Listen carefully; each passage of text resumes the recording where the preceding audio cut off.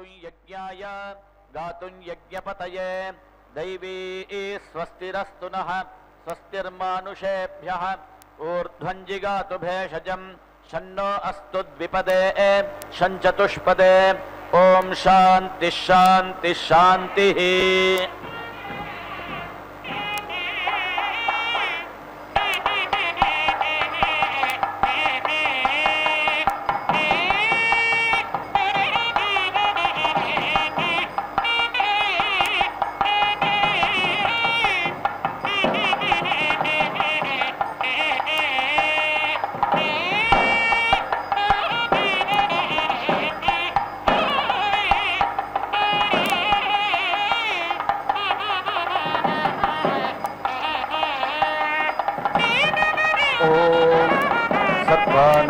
एषो अग्नौ कामान् प्रवेशयति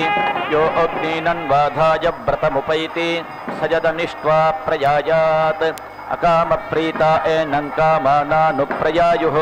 तेजा अवीर्यस्यात् सजुहुयात् तुभ्यन्ता अङ्गिरस्तमा विश्वा सुक्षितयः पृथक् अग्ने कामाय येमिर इति कामानेवास्मिन् दधाति कामप्रीता एनं कामा अनुप्रयान्ति तेजस्वी वीर्यावान् भवति सन्ततिर्वा एषा यज्ञस्य यो अग्निनन्वाधाय व्रतमुपैति स यदुद्वायति विच्छित्तिरेवास्य सा तं प्राञ्चमुद्धृत्य मनसोपतिष्ठेत मनो वै प्रजापतिः प्राजापत्यो यज्ञः मनसैव यज्ञगं सन्तनोति भूरित्याह भूतो वै प्रजापतिः भूतिमेवोपैति विवा एष इन्द्रियेण वीर्येणर्ध्यते यस्याहिताग्नेरग्निरपक्षायति यावच्छम्यया प्रविध्येत् यदि तावदपक्षायेत् तगं संभरेत् इदन्त एकं पर उत एकं तृतीयेन ज्योतिषा संविशस्व संवेशनस्तनुवै चारुरेधि प्रिये देवानां परमे जनित्र इति ब्रह्मणैवैनगं संभरति सैव ततः प्रायश्चित्तिः यदि परस्तरामपक्षायेत् अनुप्रयायावस्येत् सो एव ततः प्रायश्चित्तिः ओषधीर्वा एतस्य पशून् पयः प्रविशति यस्य हविषे वत्सा अपाकृता धयन्ति तान् यद्दुह्यात् यातया अम्ना हविषा यजेत यन्न दुह्यात् यज्ञपरुरन्तर्यात् वायव्या अञ्यभागोन्निर्पपेत् वायुर्वै पयसः प्रदापयिता स एवास्मै पयः प्रदापयति पयो वा ओषधयः पयः पयः पयसैवास्मै पयो वरुन्धे अथोत्तरस्मै हविषे वत्सा नपाकुर्यात् सैव ततः प्रायश्चित्तिः अन्यतरान् वा एष देवान् भागधेयेन व्यर्धयति ये यजमानस्य सायं गृहमागच्छन्ति यस्य सायं दुग्धगं हविरार्तिमार्च्छति इन्द्राय व्रीहीन् निरुप्योपवसेत् पयो वा ओषधयः पय एवारभ्य गृहीत्वोपवसति यत्प्रातः स्यात् तच्छ्रुतं कुर्यात् अथेतर ऐन्द्रः पुरोडाशः स्यात् इन्द्रिये एवास्मै समीची दधाति पयो वा ओषधयः पयः पयः पयसैवास्मै पयो वरुन्धे अथोत्तरस्मै हविषे वत्सा नपाकुर्यात् सैव ततः प्रायश्चित्तिः उभयान् वा एष देवान् भागधेयेन व्यर्धयति ये यजमानस्य सायं च प्रातश्च गृहमागच्छन्ति यस्योभयगं हविरार्तिमार्च्छति ऐन्द्रं पञ्चशरावमोदनं निर्पपेत् अग्निं देवतानां प्रथमं यजेत् अग्निमुखा एव देवताः प्रीणाति अग्निं वा अन्वन्या देवताः इन्द्रमन्वन्याः ता एवोभयैः प्रीणाति पयो वा ओषधयः पयः पयः पयसैवास्मै पयो वरुन्धे अथोत्तरस्मै हविषे वत्सा नपाकुर्यात् सैव ततः प्रायश्चित्तिः अर्धो वा एतस्य यज्ञस्य मीयते यस्य प्रत्येहन्पत्न्यनालम्भुका भवति तामपरुध्य यजेत सर्पेणैव यज्ञेन यजते तामिष्ट्वोपह्वयेत अमोहमस्मि सा त्वं द्यौरहं पृथिवी त्वं सामाहं ऋत्वं तावेहि सम्भवाव सह रेतो दधावहि पुगुंसे पुत्राय वेत्तवै राजस्पोषाय सुप्रजास्त्वाय सुवीर्यायेति अर्ध एवैनामुपह्वयते सैव ततः प्रायश्चित्तिः यद्विषण्णेन जुहुयात् अप्रजा अपशुर्यजमानः स्यात् यदनायतने निनयेत् अनायतनः स्यात् प्राजापत्ययर्चा वल्मीकवपायामवनयेत् प्राजापत्यो वै वल्मीकः यज्ञः प्रजापतिः प्रजापतावेव यज्ञं प्रतिष्ठापयति भूरित्याह भूतो वै प्रजापतिः भूतिमेवोपैति तत्कृत्वा अन्यान् दुग्ध्वा पुनर्होतव्यं सैव ततः प्रायश्चित्तिः यत्कीटावपन्नेन जुहुयात् अप्रजा अपशुर्यजमानः स्यात् यदनायतने निनयेत् अनायतनः स्यात् मध्यमेन पर्णेन द्यावा पृथिव्ययर्चान्तः परिधि निनयेत् द्यावा पृथिव्योरेवैनत् प्रतिष्ठापयति तत्कृत्वा अन्यान् दुग्ध्वा पुनर्होतव्यं सैव ततः प्रायश्चित्तिः यदववृष्टेन जुहुयात् अपरूपमस्यात्मञ्जायेत किलासो वा स्यादर्शसो वा यत्प्रत्येयात् यज्ञं विच्छिन्द्यात् स जुहुयात् मित्रो जनान् कल्पयति प्रजानन्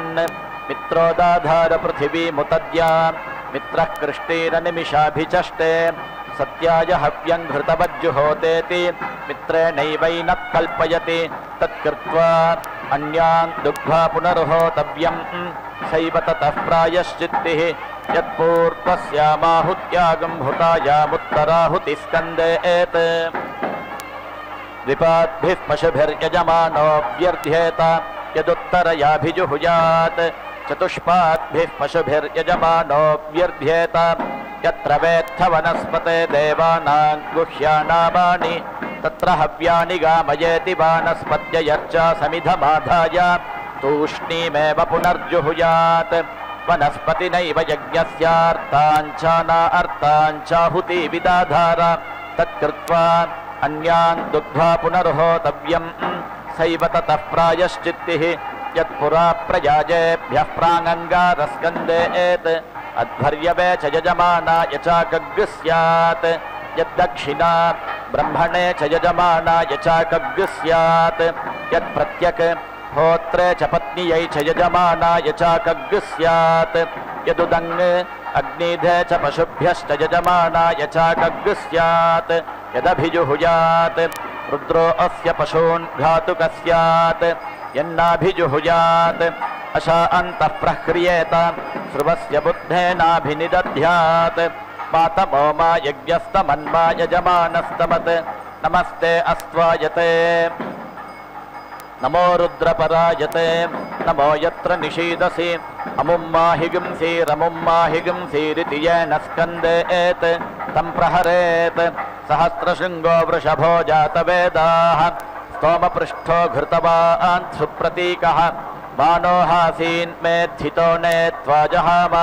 गोपोषन्नो वीरपोषं च यच्छेति ब्रह्मणैवैनं प्रहरति सैव ततः प्रायश्चित्तिः पिबा एष इन्द्रियेण वीर्येणर्ध्यते यस्याहिताग्नेरग्निर्मथ्यमानो न जायते यत्राण्यं पश्येत् तत आहृत्य होतव्यम् अग्नावेवास्य अग्निहोत्रगं हुतं भवति यद्यन्यन्न विन्देत् अजायागं होतव्यम् आग्नेयी वा एषा यदजा अग्नावेवास्य अग्निहोत्रगं हुतं भवति अजस्य तु नाश्नीयात् यदजस्या आश्नीयात् यामेवाग्नावाहुतिं जुहुयात्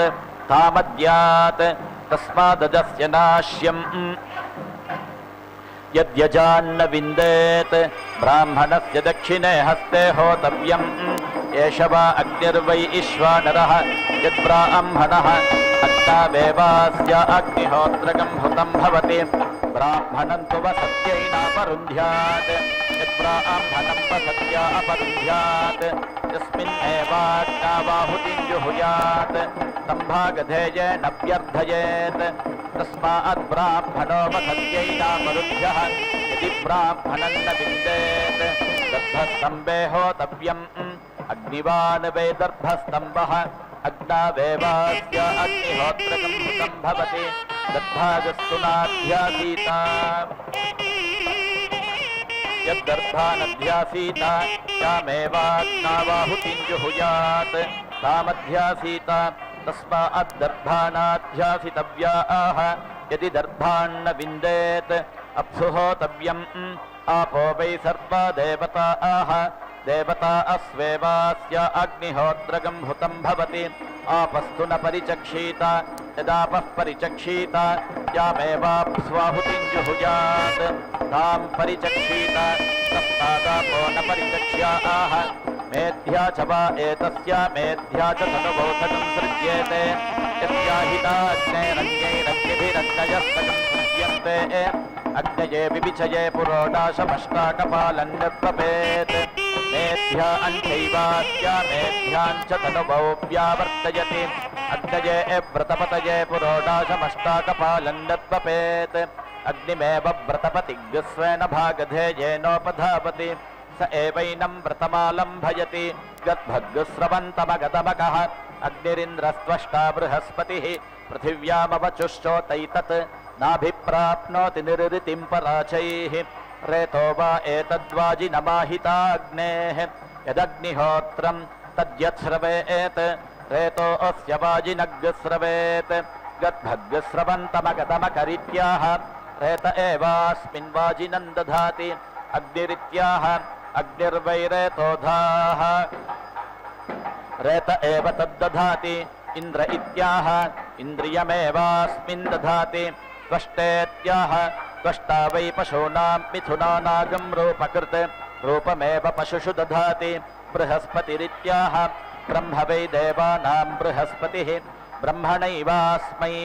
प्रजाः प्रजनयति पृथिव्यामवचुश्चोतैतदित्याह अस्यामेवैनत् प्रतिष्ठापयति नाभिप्राप्नोति निरृतिं पराचैरित्याह चक्षसामपहत्यै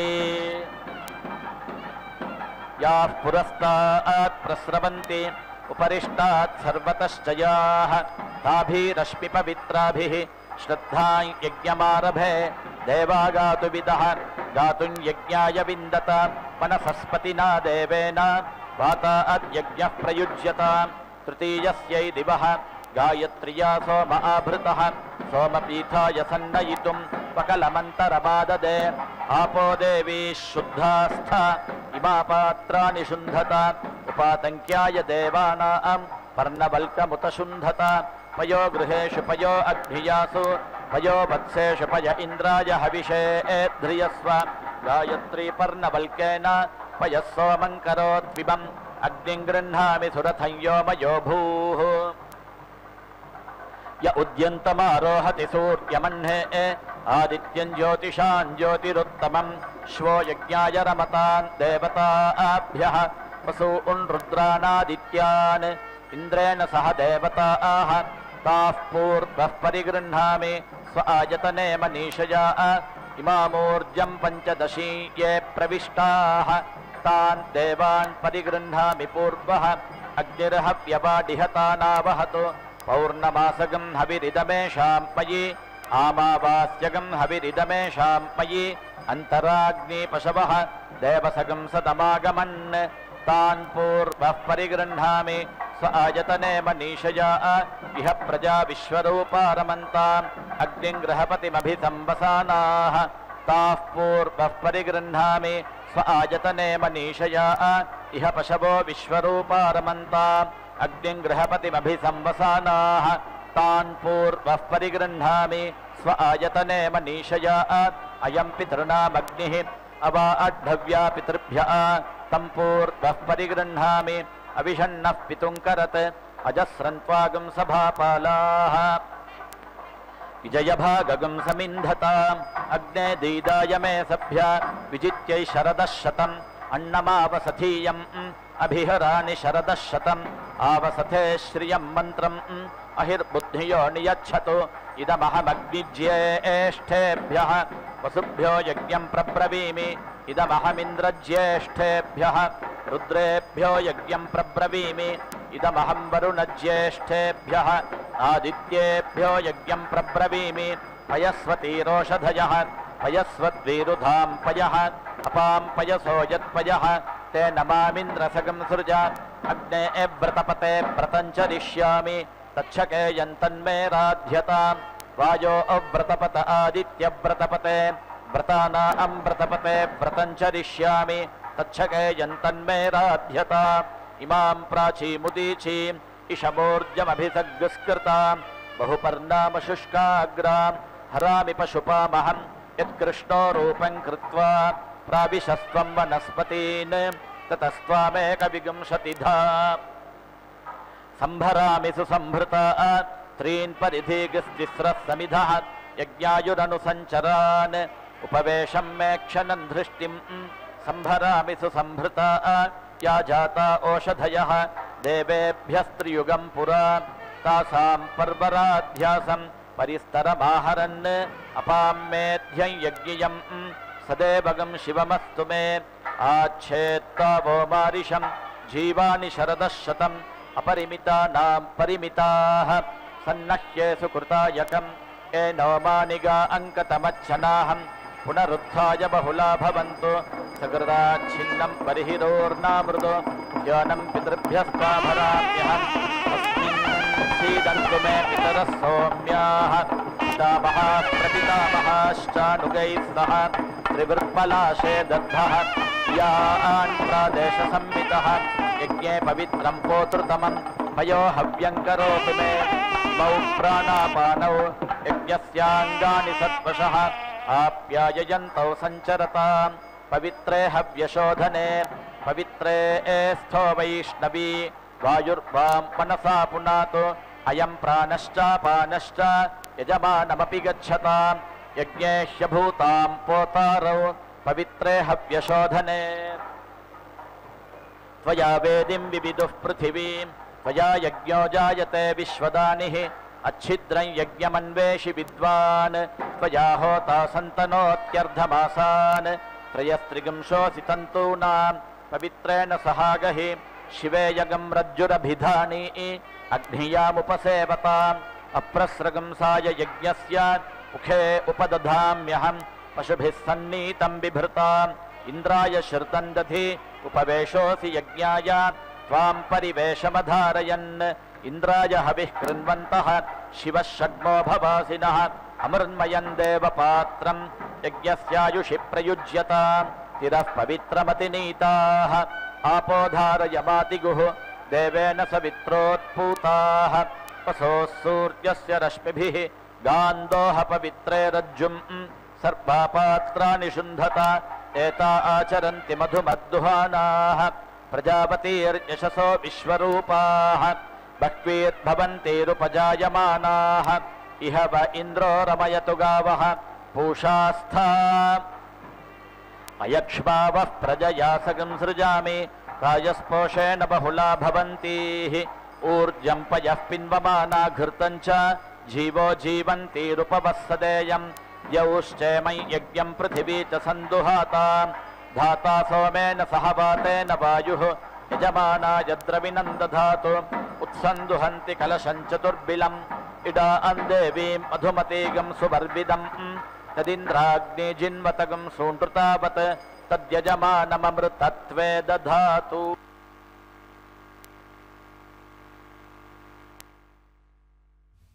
ಪದ್ಮಾವತಿಯೈ ನಮಃ.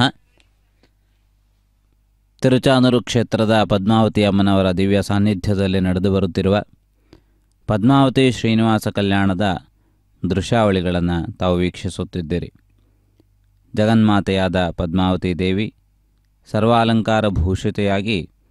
ವಿರಾಜಿಸುತ್ತಿದ್ದಾಳೆ. ಪರಮಪುರುಷನಾದ ಶ್ರೀ ಶ್ರೀನಿವಾಸನು ವಿವಿಧಾಭರಣ ಶೋಭಿತನಾಗಿ ವೇದಿಕೆಯಲ್ಲಿ ವಿರಾಜಮಾನನಾಗಿದ್ದಾನೆ. ಈ ಕಲ್ಯಾಣೋತ್ಸವದ ಭಾಗವಾಗಿ ಕನ್ಯಾದಾನವನ್ನು ಮಾಡುವ ಪ್ರಸಂಗವನ್ನು ತಾವು ಗಮನಿಸುತ್ತಿದ್ದೀರಿ. ವಧುವರರು ಈ ಕನ್ಯಾದಾನದ ವಿಶೇಷವಾದ ಪ್ರಸಂಗದಲ್ಲಿ ಉಪಸ್ಥಿತರಿದ್ದು ಕನ್ಯಾದಾನವನ್ನು ಮಾಡುವಂತಹ ಭಕ್ತರಿಂದ ಆ ಮಹಾಲಕ್ಷ್ಮಿಯನ್ನು ಪರಮಾತ್ಮ ಸ್ವೀಕರಿಸುತ್ತಾನೆ. ಪರಮಾತ್ಮನ ವಿಶಿಷ್ಟವಾದಂತಹ ಈ ಲೀಲೆಯನ್ನು ಅರ್ಥವಿಸಿಕೊಂಡಲ್ಲಿ ಅನೇಕ ತತ್ವಗಳು ಬೋಧೆಯಾಗುತ್ತವೆ. ಅಂದರೆ ಪರಮಾತ್ಮನ ನಿತ್ಯ ಸಹಾಯದಲ್ಲಿ ಸಮೀಪದಲ್ಲಿರುವಂತಹ ಯಾವೊಂದು ಕ್ಷಣವೂ ಕೂಡ ಪರಮಾತ್ಮನನ್ನು ಬಿಟ್ಟು ಬೇರೆಯಾಗಿ ಇರದೇ ಇರುವಂತಹ ಮಹಾಲಕ್ಷ್ಮಿಯನ್ನೇ ನಾವಿಲ್ಲಿ ಕನ್ಯಾದಾನ ಎನ್ನುವ ಪ್ರಕ್ರಿಯೆಯ ಮೂಲಕ ಪರಮಾತ್ಮನಿಗೆ ಅರ್ಪಿಸುತ್ತಿದ್ದೇವೆ. ಅಂದರೆ ಈ ಸೇವೆ ಎನ್ನುವುದು ಆ ಪರಮಾತ್ಮನ ವಿಶೇಷವಾದಂತಹ ಅನುಗ್ರಹ ಪ್ರಾಪ್ತಿಗಾಗಿ, ಪರಮಾತ್ಮನ ವಿಷಯದಲ್ಲಿ ನಾವು ಮಾಡಿರುವಂತಹ ಸಂಕಲ್ಪವನ್ನು ಪೂರ್ಣಗೊಳಿಸುವುದಕ್ಕಾಗಿ. ಆದ್ದರಿಂದಾಗಿ ಆ ಪರಮಾತ್ಮನ ಕಲ್ಯಾಣೋತ್ಸವ ಕಾರ್ಯಕ್ರಮ ಭಕ್ತರ ಪಾಲಿಗೆ ಕಲ್ಪವೃಕ್ಷವಾಗಿ ವಿರಾಜಮಾನವಾಗಿದೆ. ಅಂತಹ ಶ್ರೇಷ್ಠವಾದಂತಹ ಸ್ಥಾನದಲ್ಲಿ ನಡೆಯುವಂತಹ ಈ ಕಲ್ಯಾಣೋತ್ಸವ ಕಾರ್ಯಕ್ರಮವನ್ನು ಭಕ್ತರೆಲ್ಲರೂ ಕೂಡ ವೀಕ್ಷಿಸುತ್ತಿದ್ದೀರಿ. ಶ್ರೇಯಃಕಾಂತನ ದಿವ್ಯವಾದಂತಹ ಕಲ್ಯಾಣೋತ್ಸವ ಕೂಡ ನಿತ್ಯವೂ ತಿರುಮಲ ಕ್ಷೇತ್ರದಲ್ಲಿ ನಡೆಯುತ್ತಿರುತ್ತದೆ. ಈ ತಿರುಚಾನೂರು ಕ್ಷೇತ್ರದಲ್ಲಿ ಪದ್ಮಾವತಿ ಅಮ್ಮನವರ ದಿವ್ಯ ಸಾನ್ನಿಧ್ಯದಲ್ಲಿ ನಿತ್ಯವೂ ಕಲ್ಯಾಣೋತ್ಸವವನ್ನು ನಡೆಸುವಂತಹ ನಿರ್ಣಯವನ್ನು ದೇವಸ್ಥಾನ ನಿರ್ಣಯಿಸಿದೆ. ಈ ಕಲ್ಯಾಣೋತ್ಸವದಿಂದ ಭಕ್ತರು ಅಪಾರವಾದಂತಹ ಸುಖವನ್ನು, ನೆಮ್ಮದಿಯನ್ನು, ಸಂತೋಷವನ್ನು, ಆನಂದವನ್ನು ಯಾವುದೆಲ್ಲವನ್ನು ಹುಡುಕುತ್ತಿದ್ದಾರೆಯೋ ಅವುಗಳನ್ನು ಪಡೆಯುತ್ತಾರೆ. ಸರ್ವ ಶುಭದಾಯಕಿಯಾದಂತಹ ಮಂಗಳದೇವತೆ ಎಂದೇ ಖ್ಯಾತಿಯನ್ನು ಪಡೆದಿರುವ ಆ ಜಗನ್ಮಾತೆಯ ದಿವ್ಯವಾದಂತಹ ಅನುಗ್ರಹವು ಕೂಡ ಭಕ್ತರಿಗೆ ವಿಶೇಷವಾಗಿ ಪ್ರಾಪ್ತವಾಗುತ್ತದೆ. ನೋವು ನಲಿವುಗಳಿಂದ ಕೂಡಿರುವಂತಹ ಜೀವನದಲ್ಲಿ ಆ ಕೆಟ್ಟ ಕ್ಷಣಗಳ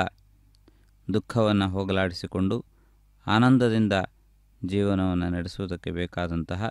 ಪರಮಾತ್ಮನ ಅನುಗ್ರಹವನ್ನು ಕೊಡುವಲ್ಲಿ ಕಲ್ಯಾಣೋತ್ಸವ ಕಾರ್ಯಕ್ರಮ ಅತ್ಯಂತ ಮುಖ್ಯವಾದದ್ದು. ಚಿಂತೆಯನ್ನು ದೂರಗೊಳಿಸಿ ಎಲ್ಲ ವಿಧವಾದಂತಹ ಸೌಖ್ಯಗಳನ್ನು ಕೂಡ ಇದು ಒದಗಿಸಿಕೊಡುತ್ತದೆ. ಈ ಮಹತ್ವಪೂರ್ಣವಾದಂತಹ ಕಲ್ಯಾಣೋತ್ಸವ ಕಾರ್ಯಕ್ರಮಕ್ಕೆ ಸಂಬಂಧಪಟ್ಟಂತೆ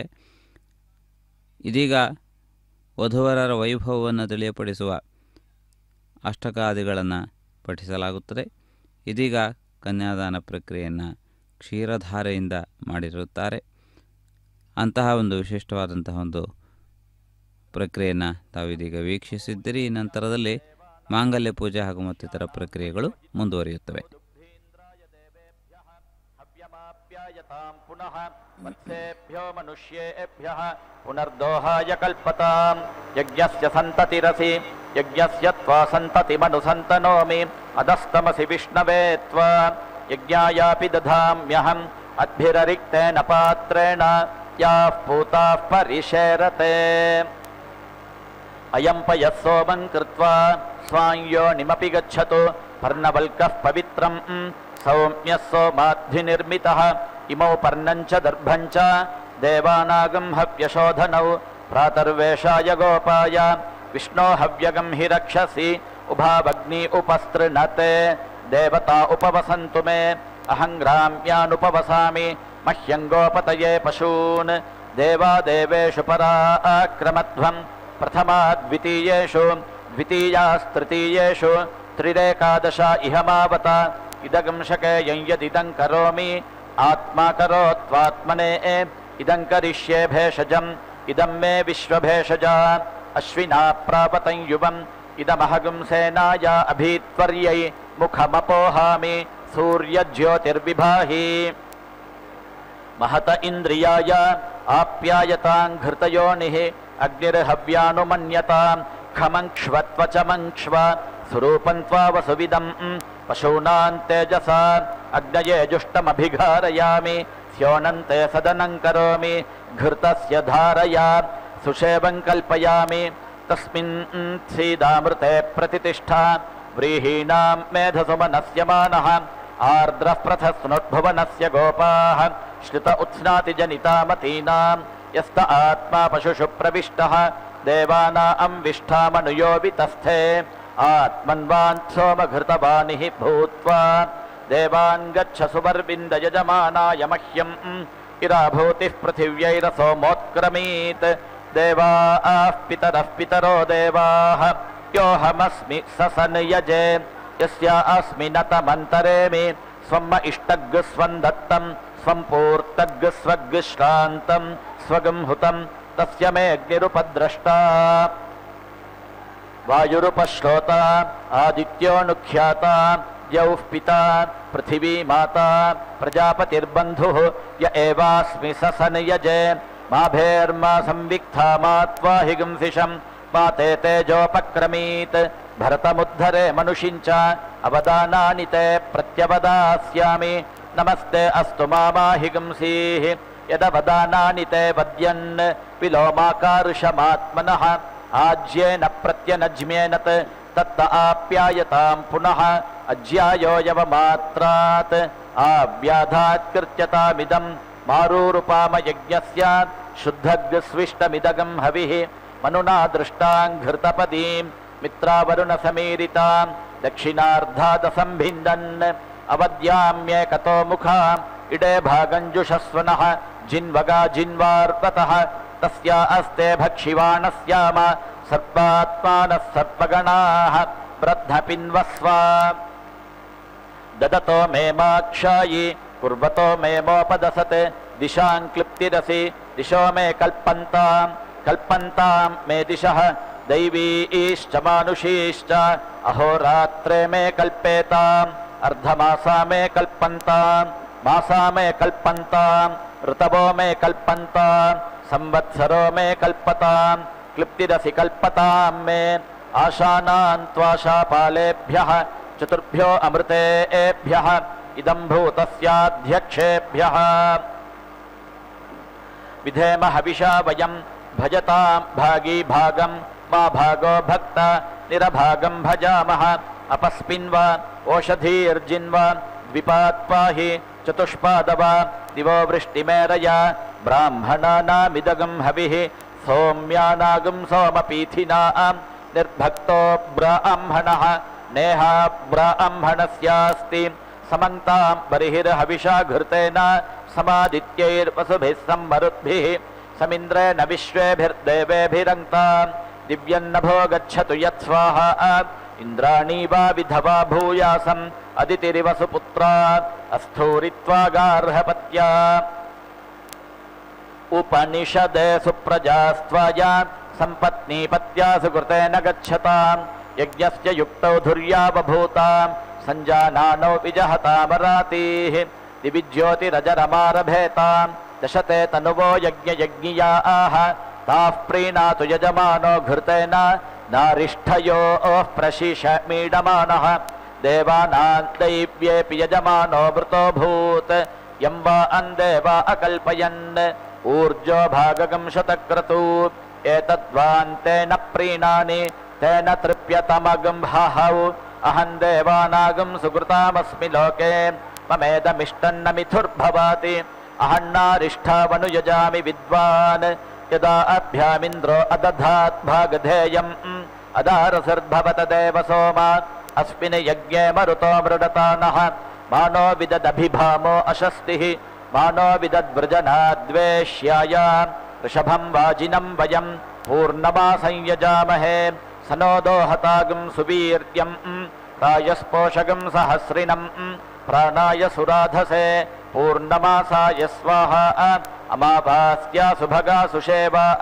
धेनुरिबभूय आप्यायमानान् सानोदोहतागं सुवीर्यं राजस्पोषगं सहस्रिणं अपानाय सुराधसे अमावास्यायै स्वाहा अभिस्तृणीहि परिधेहि वेदिं जामिं माहिगं सीरमुयाशयाना होतृषदना हरिताः सुवर्णाः निष्का इमे यजमानस्य ब्रध्ने परिस्तृणीत परिधत्ताग्निं परिहितोऽग्निर्यजमानं भुनक्तु अपागं रस ओषधीनागं सुवर्णः निष्का इमे यजमानस्य सन्तु कामदुघाः अमुत्रामुष्मिन् लोके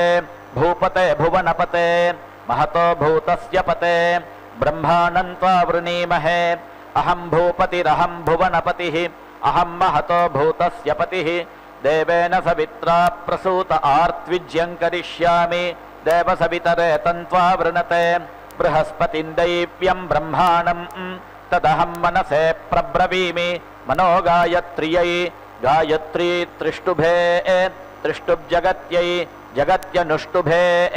अनुष्टुक् पङ्क्त्यै पङ्क्तिः प्रजापतये प्रजापतिर्विश्वेभ्यो देवेभ्यः विश्वे देवा बृहस्पतये बृहस्पतिर्ब्रह्मणे ब्रह्मभूर्भुवस्सुवः बृहस्पतिर्देवानां ब्रह्मा अहं मनुष्याणां बृहस्पते यज्ञं गोपाय इदं तस्मै हर्म्यं करोमि यो वो देवाश्चरति ब्रह्मचर्यं मेधावी दिक्षु मनसा तपस्वी अंतर्दूतश्चरति मानुषीषु चतुष्शिखण्डा युवतिः सुपेशाः घृतप्रतीका भुवनस्य मध्ये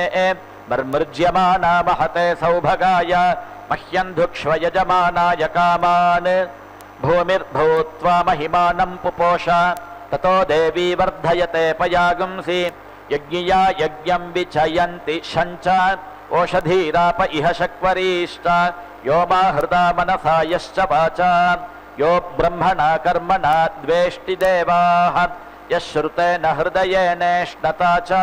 तस्येन्द्रवज्रेण शिरश्छिनद्मि ऊर्ना मृदुप्रथमानग्स्योनं देवेभ्यो जुष्टगं सदनाय बर्हिः सुवर्गे लोके यजमानगं हि धेहि मान्नाकस्य पृष्ठे परमे व्योमन् चतुष्शिखण्डा युवतिः सुपेशाः घृतप्रतीका वयुना निवस्ते सा स्तीर्यमाणा महते सौभगाय सा मे धुक्ष्व यजमानाय कामान्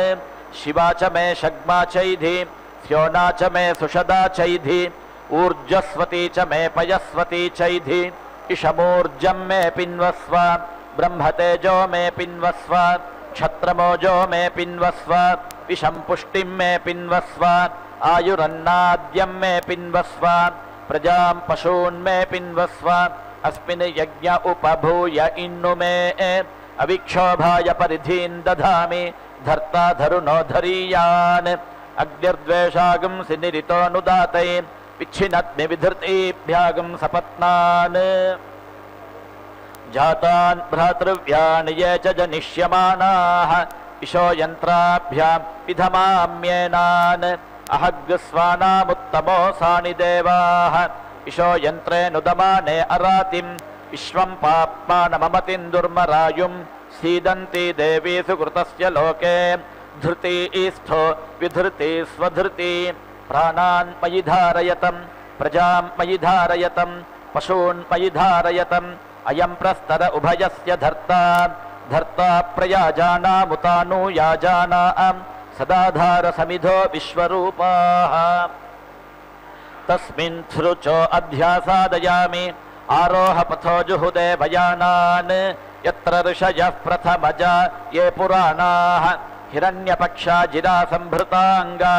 वहासिमा सुकृतां यत्र लोकाः अवाहं बाध उपभृता सपत्नान् जातान् भ्रातृव्यान् ये च जनिष्यमानाः दोहै यज्ञगं सुदुघामिव धेनुम् अहमुत्तरो भूयासम् अधरे मत्सपत्नाः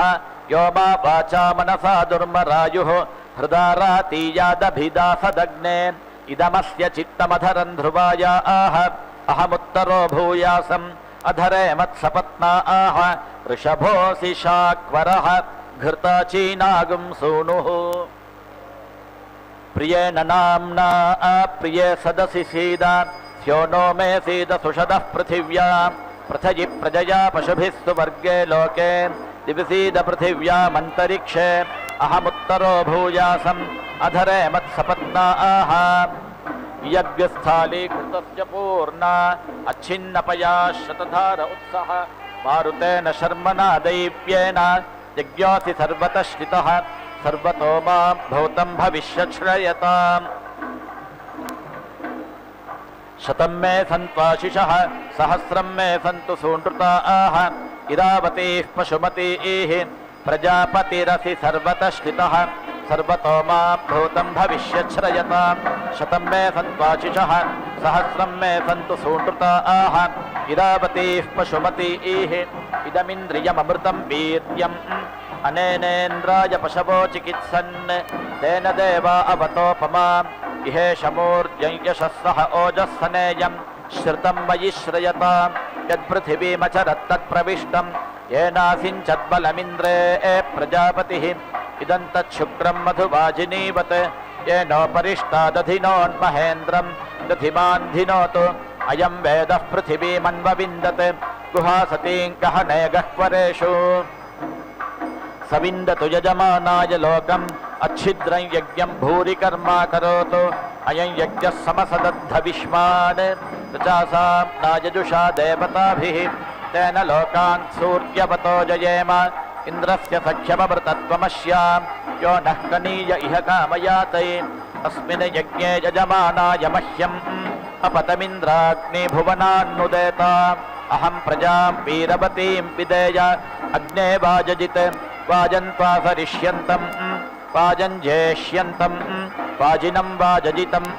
वाजजित्याजै सम्मा अर्ज्मि अग्निमन्नादमन्नाद्याय उपहूतोद्यौः पिता उपमान्द्यौः पिता ह्वयताम् अग्निराग्नि इध्रात् आयुषे वर्चसे जीवात् वै पुण्याय उपहूता पृथिवी माता उपमां माता पृथिवी ह्वयताम् अग्निराग्नि इध्रात् आयुषे वर्चसे जीवात् वै पुण्याय मनोज्योतिर्जुषतामाज्यं विच्छिन्नं यज्ञगं समिमं दधातु बृहस्पतिस्तनुतामिमन्नः विश्वे देवा इह मादयन्ताम् यन्ते अग्न आवृष्टामि अहं वा आक्षिपितश्चरन् प्रजाञ्च तस्य मूलञ्च नीचैर्देवा निवृष्टत अग्नेयो नोऽभिदासति समानो यश्च निष्ट्यः इत्थस्यैव प्रक्षायतः मातस्योच्छेषि किञ्चन यो मान्वेष्टि जातवेदः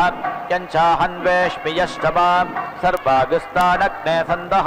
यागश्चाहन्वेष्मि ये च माम् अग्ने वाजजित् वाजन्त्वास सर्वागंसं वाजञ्जिगिवागंसं वाजिनं वाजजितं वाजजित्याये सम्मा अर्ज्मि अग्निमन्नादमन्नाद्याय वेदिर्बरिः श्रुतगं हविः युद्धः परिधयः सृचः आज्यं यज्ञरुचो यजुः याज्या अष्टवषट्काराः सम्मे सन्नतयो नमन्ताम् युद्धसन्नहने हुते दिवः क्षीलोवततः पृथिव्या अध्युत्थितः तेना सहस्रकाण्डेन विशन्तकं शोचयामसि विशन्मे बहुशोचतु ओषधेमो अहगं शुचं यज्ञ नमस्ते यज्ञ नमो नमश्च ते यज्ञ शिवेन मे सन्तिष्ठस्व स्योनेन मे सन्तिष्ठस्व सुभूतेन मे सन्तिष्ठस्व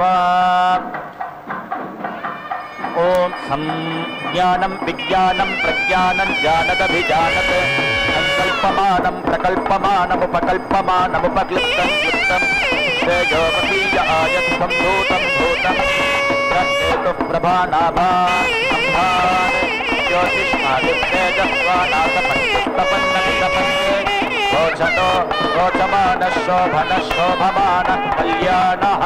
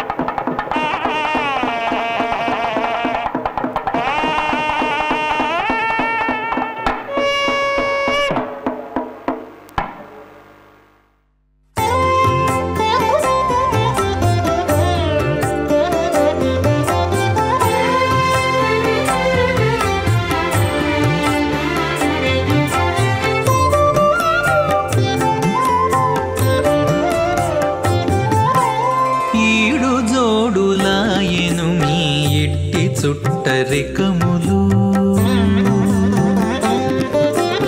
ఈడు జోడులాయెను మీ ఎట్టి చుట్టరికములు వేడుకతో నీవు నీకే వెలసి తిరిపుడు ఈడు జోడులాయెను మీ ఎట్టి చుట్టరికములు వేడుకతో నీవు నీకే వెలసి తిరిపుడు ఈడు జోడులాయెను మీ ఎట్టి చుట్టరికములు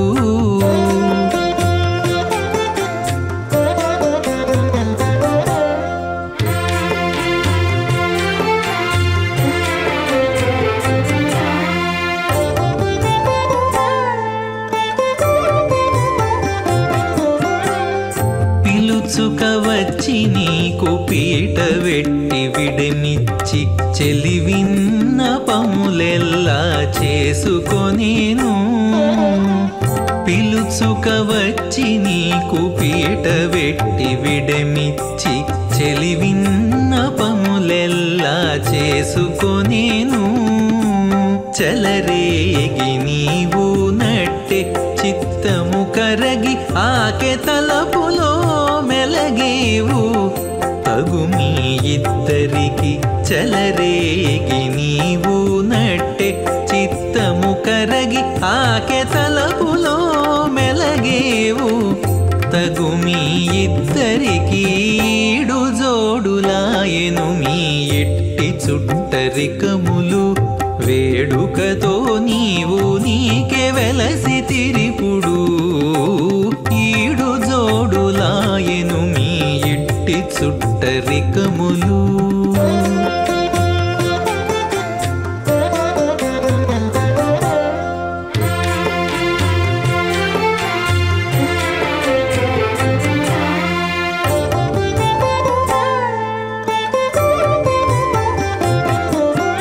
వినయాలు నీకు చేసి విందులెట్టి తమిరేచి చెనకి నిన్నొడబాటు చేసుకొనేను వినయాలు నీకు చేసి విందులెట్టి తమిరేచి చెనకి నిన్నొడబాటు చేసుకొనేను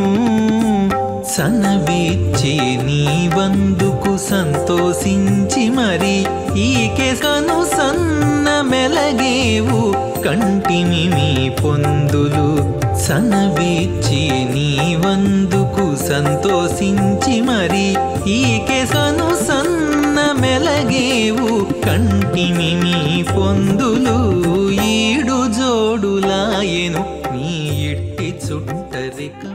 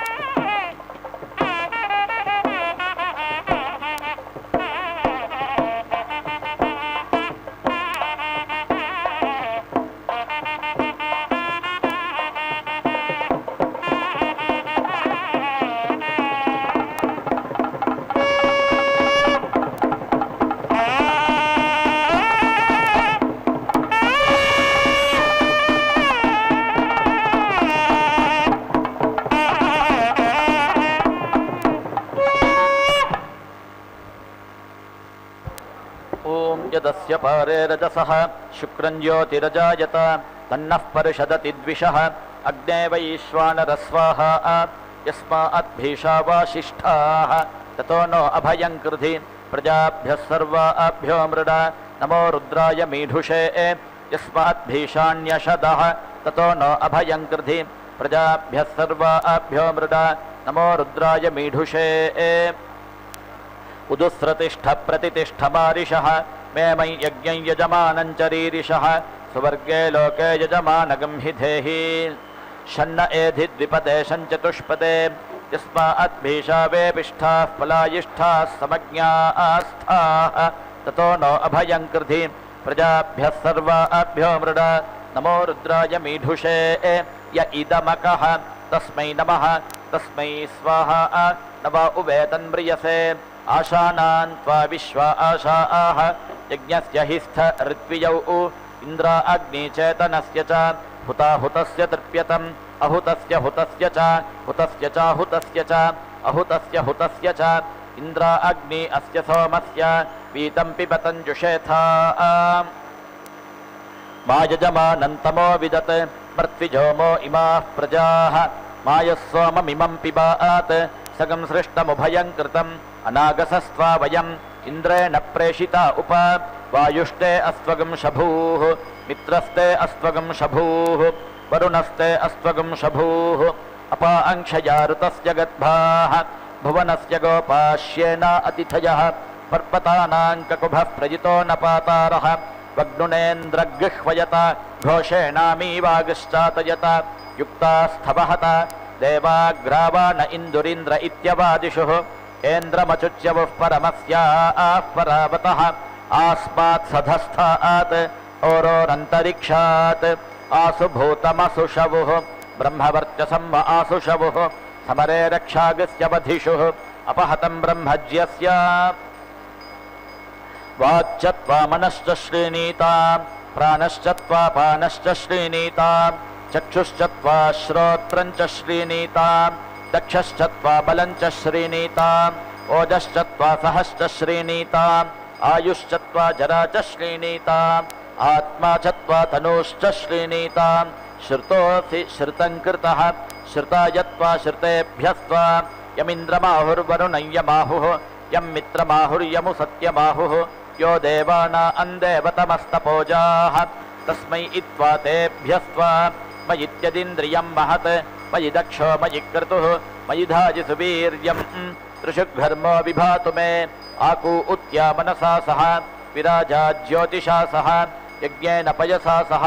तस्य दोहमशीमहि तस्य सुम्नमशीमहि तस्य भक्षमशीमहि वाग्जुषाना सोमस्य तृप्यतु मित्रो जनान् प्रथमित्र यस्मान्न जातः परो अन्यो अस्ति य आविवेश भुवनानि विश्वा प्रजापतिः प्रजया संविधानः त्रीणि ज्योतिगंषि स च ते स षोडशी एष ब्रह्माय ऋत्विजः इन्द्रो नाम श्रुतो गणे प्रते महे विदथे शगुंसि शगुं हरि ॐ यो दीक्षामतिरेचयति सप्ताहं प्रचरन्ति सप्तवैशीर्षण्याः प्राणाः प्राणादीक्षा प्राणैरेव प्राणान् दीक्षामवरुन्धे पूर्णाहुतिमुत्तमाञ्जुहोति सर्वं वै पूर्णाहुतिः सर्वमेवाप्नोति अथो इयं वै पूर्णाहुतिः अस्यामेव प्रतितिष्ठति ॐ नारायणाय विद्महे वासुदेवाय धीमहि तन्नो विष्णुः प्रचोदयात् स्वाहा ॐ महादेव्यै च विद्महे विष्णुपत्न्यै च धीमहि तन्नो लक्ष्मीः प्रचोदयात् स्वाहा